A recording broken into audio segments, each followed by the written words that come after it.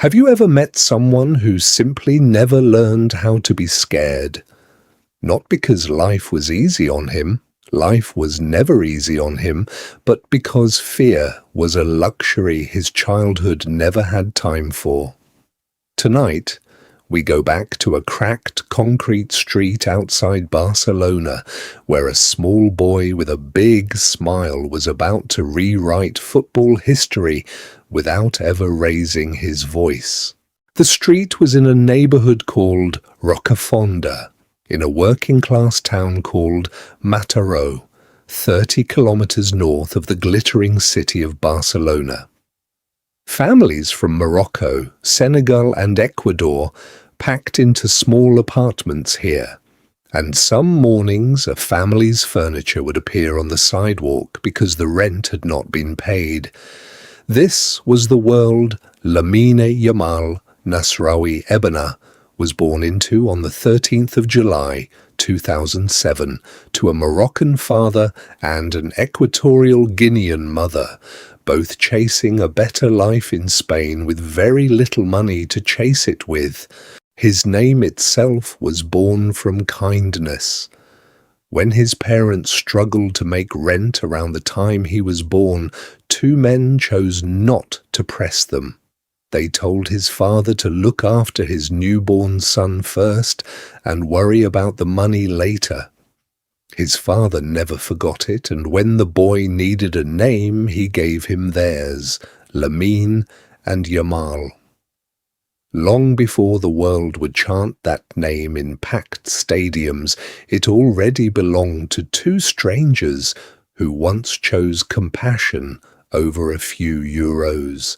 When Lamine was 3, his parents separated, and he grew up shuttling between his mother's home and his father's, but it was the hard streets of Rocafonda, with his father and grandmother, that shaped him. He played barefoot football between parked cars against boys twice his size, who shoved him, tackled him, and laughed when he fell. And every single time, the small boy got back up, grinning. On those streets, there was no room for fear. If you were afraid, you simply didn't play. And if you didn't play, you had nothing at all. In 2007, inside a quiet room at Camp Nou, a 20-year-old Lionel Messi nervously held a 6-month-old baby for a photograph, not knowing how to hold him properly. That baby was Lamine. For 16 years, his father kept the photo hidden, refusing to let his son grow up in the shadow of a comparison he never asked for. Only once Lamine had become a star in his own right did his father finally share it with the world. At 7 years old, Lamine walked into La Masia, Barcelona's legendary academy, having forgotten his boots at home. A coach found him an old, oversized pair. He said nothing, laced them up, and walked onto the pitch, and within minutes the coaches stopped talking and simply stared. One of them later said the boy did things nobody had taught him. Whatever it was, he had a joy and a fearlessness the other children simply didn't have. Fast forward to the 29th of April 2023. Camp Nou was packed, Barcelona were cruising 4-0 against Real Betis, and head coach Xavi Hernandez called out a name from the bench. A 15-year-old boy, barely older than a schoolchild, jogged onto the pitch as the youngest player to wear the Barcelona shirt in over a century. He didn't look nervous. He didn't even look impressed by his surroundings. He just found his position and started playing, the same way he once played on the concrete of Rocafonda.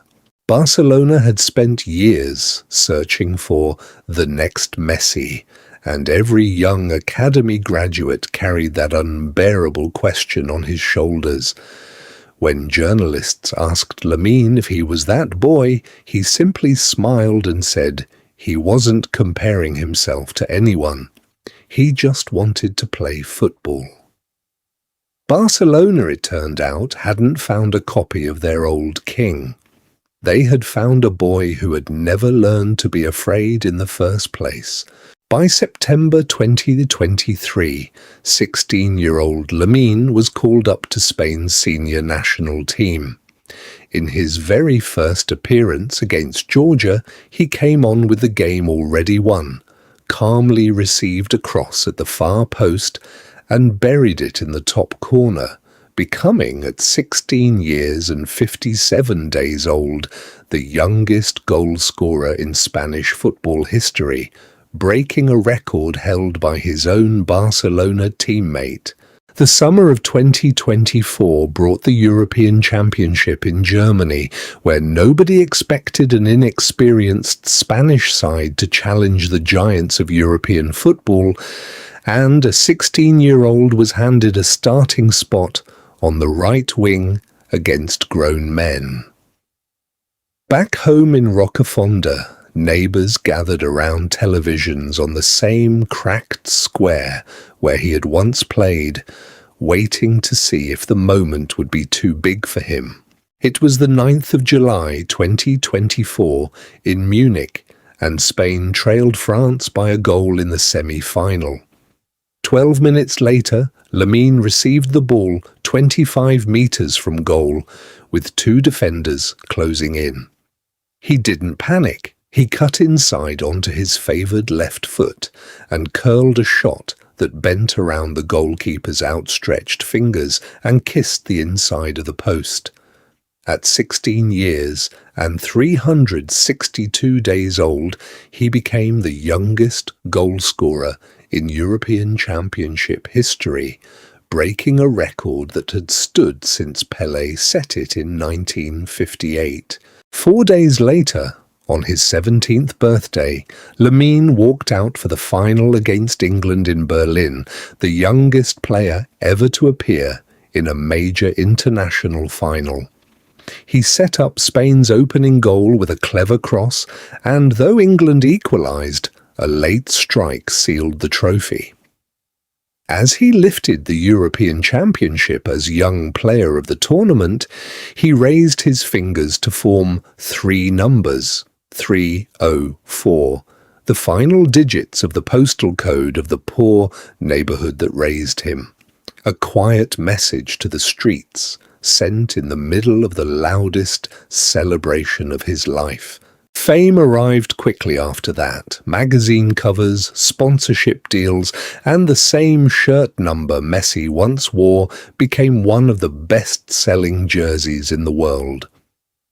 In September 2025, at football's most prestigious ceremony in Paris, 18-year-old Lamine stood as the runner-up for the Ballon d'Or, finishing second behind Paris Saint-Germain's Ousmane Dembélé after a stunning season. He didn't sulk about it. He said he was happy for Dembélé and would simply keep working, walking away instead with the award for the world's best young player for the second year running. Then came the summer of 2026, and football's biggest stage of all, the World Cup, hosted across North America. Lamine arrived carrying a nagging hamstring injury, managed carefully by his coaches through Spain's opening matches, never quite at full fitness, but still finding ways to matter, scoring against Saudi Arabia and setting up chances against Uruguay. On the 2nd of July 2026, in Los Angeles, Spain faced Austria in the round of 32, with Lamine finally close to full strength. He drew a brilliant save from the goalkeeper on a close-range effort and kept probing all match long, even as the goals came from his teammates, Mikel Oyarzabal scoring twice and Pedro Porro adding a third in a comfortable 3-0 win that sent Spain marching deeper into the tournament, chasing the trophy that had eluded their country since 2010. This story is being written while the tournament is still being played, with Lamine and Spain now standing among the final 4 teams in the world. Whatever happens next, one thing about him has never changed since the cracked streets of Rocafonda. The same calm face before a shot, the same fearlessness in front of giants, the same simple joy of a boy who just wants to play. There's a wall back in Rocafonda today with a hand-painted message, more Lamine Yamals, and fewer families forced out of their homes. He still visits that neighborhood. He still hugs his grandmother there. And every time he scores, his fingers still form those 3 numbers, not for the cameras, but for the streets that taught him fear was never worth the time. Maybe you're carrying something today that feels too big, a dream you haven't started, a door you're afraid to open. But the stadium is only ever as large as your fear of it. Carry your own Rocafonda with you. The place, the people, the lessons that made you, and no stage will ever feel too big again.